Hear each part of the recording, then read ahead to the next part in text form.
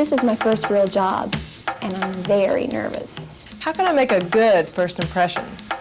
I bet they don't do things here like they do in the military. Is it going to be a big adjustment?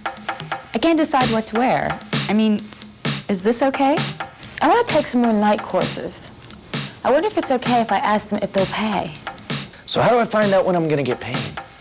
You know, I still haven't met the boss. I mean, should I go out of my way to talk to him? What if I don't know how to do something? What if I don't get along? What if I mess up? Will I always be doing the same thing? I really want this job to work out. What can I do to make it a success? Congratulations. You got the job. And hey, you deserved it. You've shown you have the qualifications needed. You interviewed well and you beat the competition. You may have had summer or part-time jobs in the past, but this is different. Now you're working to earn a living and start your career. How you make out on this job could influence the rest of your working life. So what can you do to make sure that this takeoff is a successful launch and not a crash landing? When a new employee comes on board, the most important thing I see and look for is that enthusiasm, willingness to do whatever it takes, being a team member, team player. And I think that goes throughout the organization, trying to get off on a good foot with your coworkers, having that burning desire, and be willing to roll up your sleeves and hit the ground running. Good old people relationships. We have to get along with each other. We have to be honest with each other. You have to complain to me. I get to complain to you. That makes it a better shop. Nothing, I don't think, can advance somebody in an organization any quicker than to say, I can do that, let me do that. You have to prove that you can be dependable and that co-workers and clients can trust you and that you will finish a job if you say, I'll do this, that you'll do it. I think every company has to have rules. You have to have rules and regulations to protect the safety of your employees. We like for people to certainly to project a professional image. Neat, clean. It's extremely important to have a lot of energy and to be very positive and have a good attitude in working with the other members of the team. Hey, everyone says I've got an attitude. I'm not sure if it's the one they're talking about. I think attitude is probably one of the most important attributes an individual can have, particularly a new employee. A positive attitude will take you a long way, even where your abilities fall short. If you're not as skilled as you might like to be, if you have a positive attitude and you're a high energy person and you're willing to at least make an attempt to get some of the things done that your organization needs done, that will go a long way and you'll be very successful in keeping a very positive attitude. Positive attitude with a degree of enthusiasm, and again, their willingness to do whatever it takes to get the job done. When things maybe don't go right the first time, or Murphy's Law comes into play, that person just bounces right back and goes right on with whatever it is their goal is. They don't let anything deter them from reaching their goal.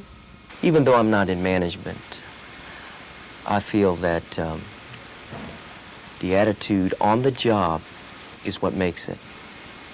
Anywhere you work, or anything you do, if you have the right attitude, you're going to enjoy it.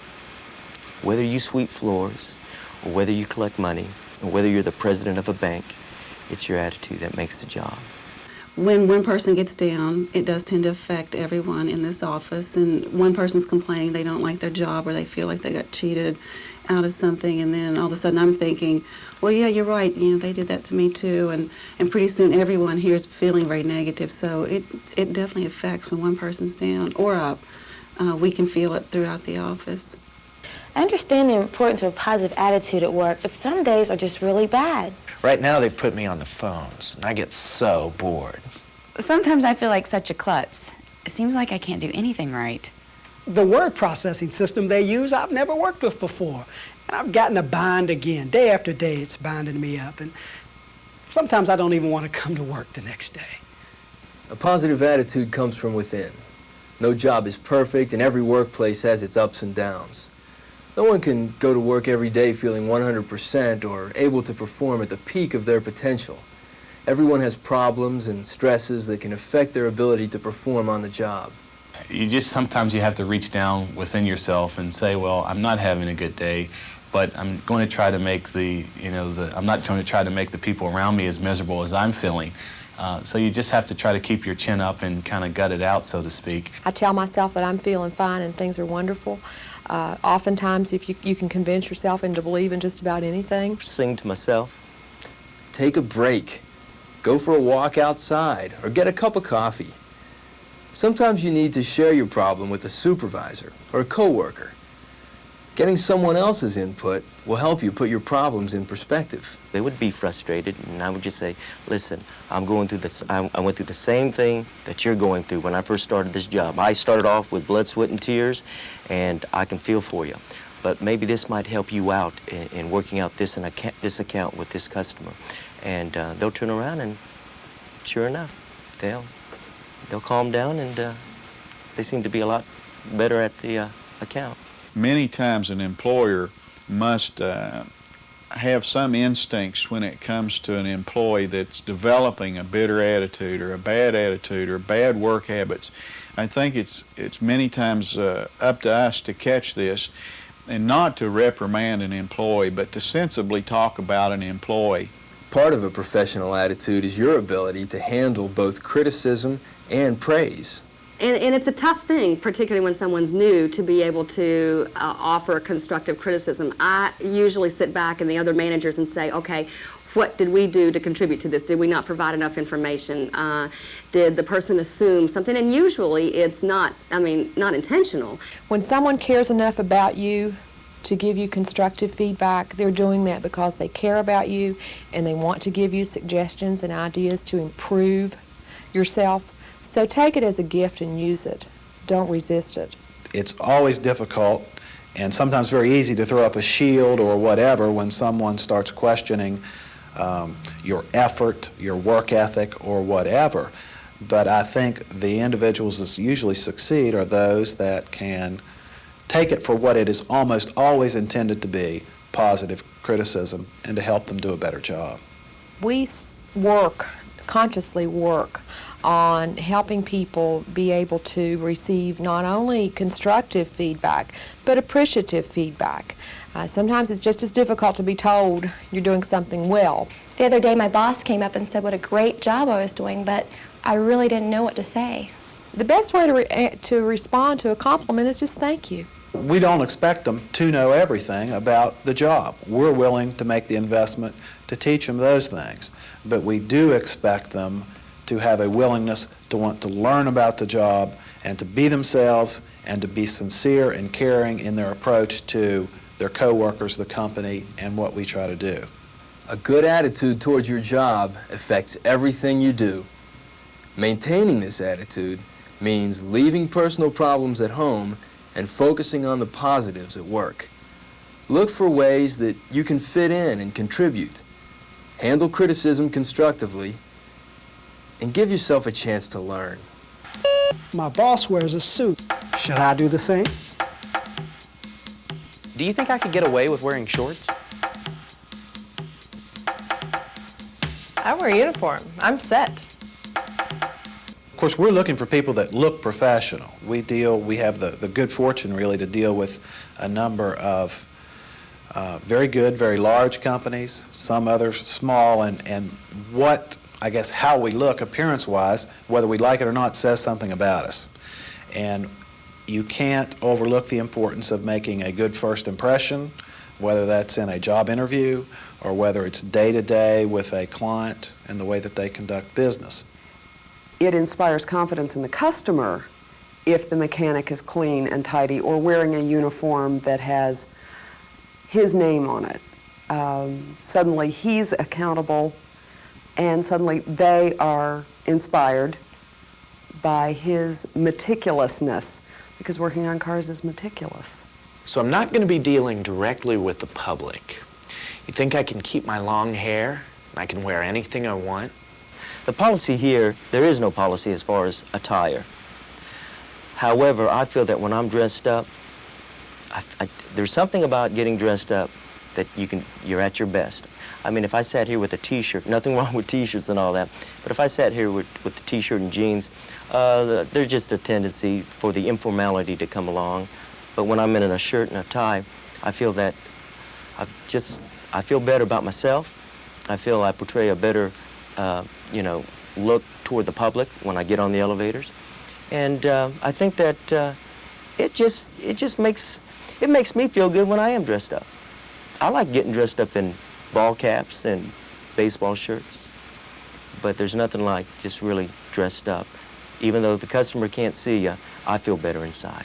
It doesn't have to be the traditional, old three-piece suit or the bow tie blouses and blazers for women or whatever. I think there's some latitude there now. But I think if you present yourself as professional, neatly groomed, I hate to sound like the old health classes in junior high, but there is something to be said for being presentable.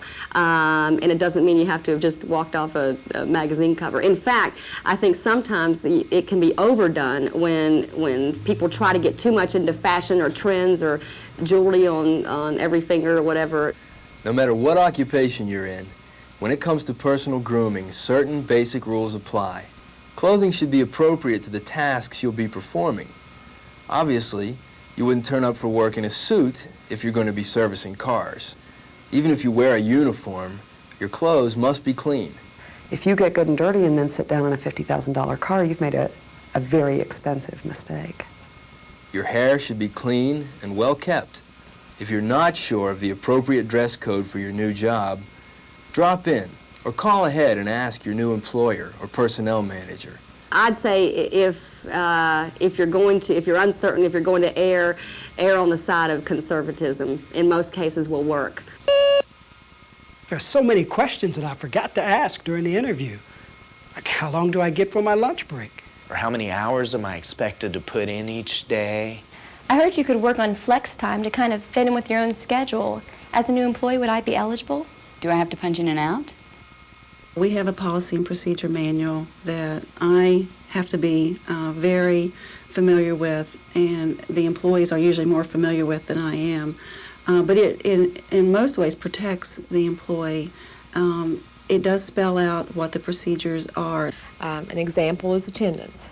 We have some very stringent rules. We are a public utility. We are here to serve our customers, and we actually require that our people be on the job and on time every day, realizing that that's sometimes a stretch and a difficult goal to meet. We know that people are going to be sick and they may miss days, but that's one of the areas in which we are really sticklers, and that is good attendance. That's a good rule, because if you're not there, then somebody else is going to have to take up the slack while you're not there. Some other rules are security-wise. You can't discuss computer accounts with your friends or outside of this office. They can also use the policies to remind me that they are allowed to do certain things, like they're allowed to take off a Tuesday even if we have clinic on Tuesday night. They're allowed to have Tuesdays off. They're allowed to have a whole week off. So I think they protect both the employee and the employer.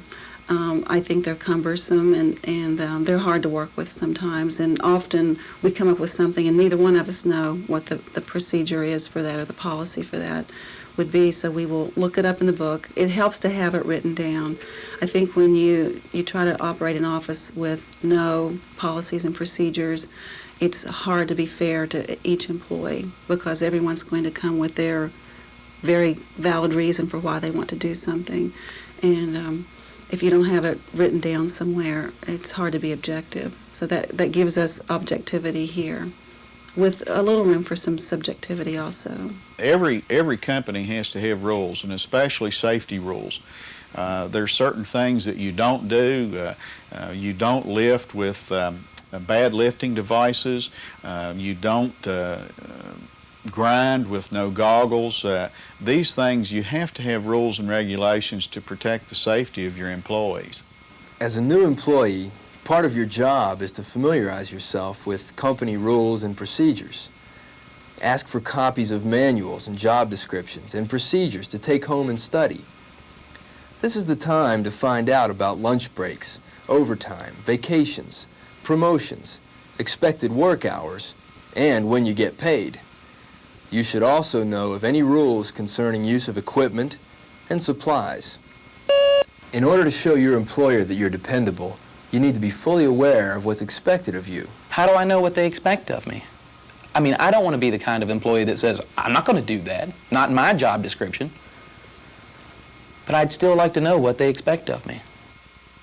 When you're hired to do a job, something is expected of you. Now, I understand something's expected of me as an employer in terms of you will be paid on time and certain medical benefits and things we've agreed on, and I will provide the leadership in terms of setting the tone. But I don't want to have to do your job, follow you around and make sure you did your job, check on your job, or have somebody else check on your job. If everybody does what they're expected to do and what they've been hired to do, then the whole thing runs like a very well-oiled machine. Dependability is critical to us in manufacturing because we don't know from one day to the next what job may be emergency. We may have a plant that's broke down, and I may have a machinist that I need to count on. And if I can't count on him being there, then we can't function as a corporation. Your actions speak louder than your words, so to speak, and you know, getting to work on time is very important. If you have an hour for lunch, you don't take an hour and a half for lunch, and the small things, I think, build dependability and build trust as well. In the first few weeks you're on the job, you set up those, you teach people how to treat you. In other words, we all do. And I think that if you set up those expectations in terms of dependability, then they're always going to be there. And you're also going to be granted a little bit of reprieve at times when you need it. On the other hand, if you start out with a bad pattern of being late or not having your part to contribute in the meeting or whatever, people come to expect that of you, and it just diminishes in terms of their perceptions of you. Doing good work, doing good quality work makes a difference. You know, if you have to write a memo or type something, you know, checking it twice, 3 times, you know, to make sure that you know all the mistakes, that you've caught all the mistakes, I think is very important as well. You can show your commitment to your new job by following procedures faithfully, obeying directions, following through on projects, and striving to meet deadlines. Show your employers that you don't need constant supervision, that you're trustworthy and reliable enough to be left on your own. But what if I don't know how to do something? You're not going to know everything for a while, so you have to sort of take your time and try to get comfortable with the situation and ask the appropriate questions, and there's no such thing as a dumb question, so don't be afraid to ask. I think anyone would rather answer a short question about how do you do this. And most people, I think, most supervisors would say, that's my fault, I should have explained that to you before you started, instead of having that person really struggle and think, they're going to think I'm dumb if I don't get this done, so I'll figure it out on my own. It just saves a lot of time. That's probably one of the biggest determinants for me with a new employee on how well they're doing, is how many questions they're asking.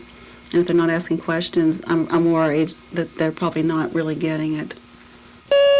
I want to get ahead in my job, but the stuff they've been giving me right now is so routine. How can I show them that I can do more? There's 300 people in our division. I feel like an ant. How can I even get them to notice me? After they have an opportunity to start their new job and they feel a little comfortable with what they're doing, is to take a little initiative to do some of the things that their boss might not think that is important. For example, for me, for a new employee coming in, it would be helpful for an employee to come in and draft a memo that might be helpful pertaining to a particular article that might have been in the newspaper. There's all different types of ways to take initiative to do things to help out with respect to your employer or the other members of your team.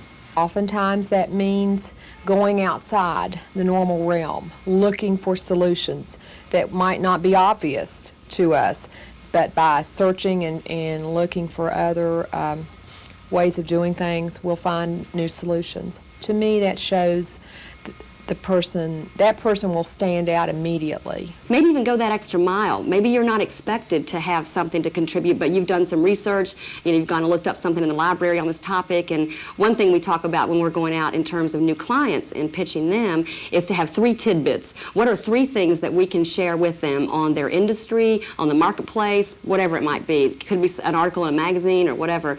And that's something that I would see in a new employee is that, ooh, if they came with that tidbit, you know, and weren't even asked to, just going above and beyond. They basically told me to create my own niche. What does that mean? Because we also wear so many hats and do so many things, we do not offer our employees a lot of day-to-day, routine, hands-on supervision. We try to give them a sense of the big picture, what we would like them to do, and then give them lots of freedom, lots of responsibility to do the best job that they can. And nothing, I don't think, can advance somebody in an organization any quicker than to say, I can do that, let me do that. That's something that really appeals to me. If someone would come to me and say, you know, hey, I'm doing this, and that's, in fact, we just gave a promotion to someone because she said, I'm doing this and this and this. Hey, but I really have an interest in what's happening over there. Can I get involved in that area? And it's like, great. I would not have known. I would not necessarily have gone and sought out, hey, would you be interested in this over here, if she hadn't come to me and expressed that. So that's another thing, too. I think employers are always willing, as long as you're getting your other things done, to say what in terms of job enrichment, and that's something that helps you grow as an individual, too. If they're willing to get the job done, then they'll get more work and more responsibility, and hopefully the rewards that go along with it. If you're serious about getting ahead in your chosen career, there are several things you can do to make sure you stand out from the crowd. Showing initiative means expanding your involvement in the company beyond your job description, whether by familiarizing yourself with other jobs and other departments, or suggesting new and more efficient ways of doing the job you've already been assigned. This might mean improving your own productivity by staying late, arriving early, or taking on extra work when you've finished your own tasks. Volunteer to help a coworker with their job, and ask your supervisor if you can take on extra work or more difficult work than you've been assigned. Ask your supervisor for more responsibility or more training in an area that interests you. I've been at my job for almost a month, and I still haven't met everyone. I was wondering if it'd be okay if I go up and introduce myself. I still haven't met my boss. Personal relationships are extremely important in building morale. The element of trust that is established among peers, among subordinates, dealing with people honestly, forthrightly, being upfront with folks is just imperative. So if you've got a problem, there is somebody that you should talk to about it, a designated person. But we also tell everyone, talk to someone. If you're not comfortable in talking to whoever it is you're supposed to be, go talk to somebody else. We can't help you deal with a problem unless we're aware of it. We have to get along with each other. We have to be honest with each other. You have to complain to me. I get to complain to you. That makes it a better shop. You have to get along with clients. You have to get along with factory people. We look at every contact with our clients as a sale, even though my background is clinical and I don't like to think of everything in terms of money. If we want to be in business, we have to be meeting the needs of our customers, and that's along the lines of the financial parts of this program. But I really look for someone who can accommodate a client with whatever. It's important, too, that we keep a balance between meeting their needs and getting things done internally, which are often at conflict. It's like the client always wants something yesterday. We have to be responsive enough to meet their needs and say that we'll do it, but also be respectful enough of our coworkers and what else it's going to take inside in order to meet those goals. And that's a juggling act a lot of times. Of course, when you're doing that, you might get involved with so many things you forget about your fellow person right beside you. But we have to look out for each other. We do, because there might be a day when I'm having a down day, and I've got to depend on my fellow employee to pull me through. So we have to be able to anticipate as well as we can on the outside what we can deliver on the inside. And I think it's important not to overpromise. This is where the dependability comes in for and the credibility for our organization as a whole. It's easy to go out there and promise everybody you can have it today, and then much like it is internally when you don't deliver, it doesn't take too many of those instances, sometimes only one, for that client or customer to realize that you're not dependable. And that's a continual juggling act that we have to be respectful of, both on the outside and the inside. My boss is very friendly with the customers. He jokes with them, calls them by their first names. Should I do the same? Everyone that meets with the public has to establish a relationship, and they have to be very good at reading what that relationship is going to be. With some people, you can just sense it has to stay very formal and distant.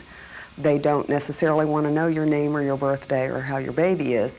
They want their car washed and ready by 3 o'clock, and you will continue to call them Mrs. Buskirk, even if they do that for 50 years. Then I think there are people that are much more cordial, and you respond to them on that level. You have to read the customer, what they want of a relationship, or how much of a relationship they want with you, whether you're the salesman, the mechanic, the cleanup guy, the dealer. The same thing that works with our employees works with our customers, and that is coming from a place where you're honest and trustworthy, dependable, they can count on you, establishing a trusting relationship. But we've found, by and large, that if you have people who are interested in getting the job done, who care about what they do, 9 times out of 10, they're capable of getting along with anyone.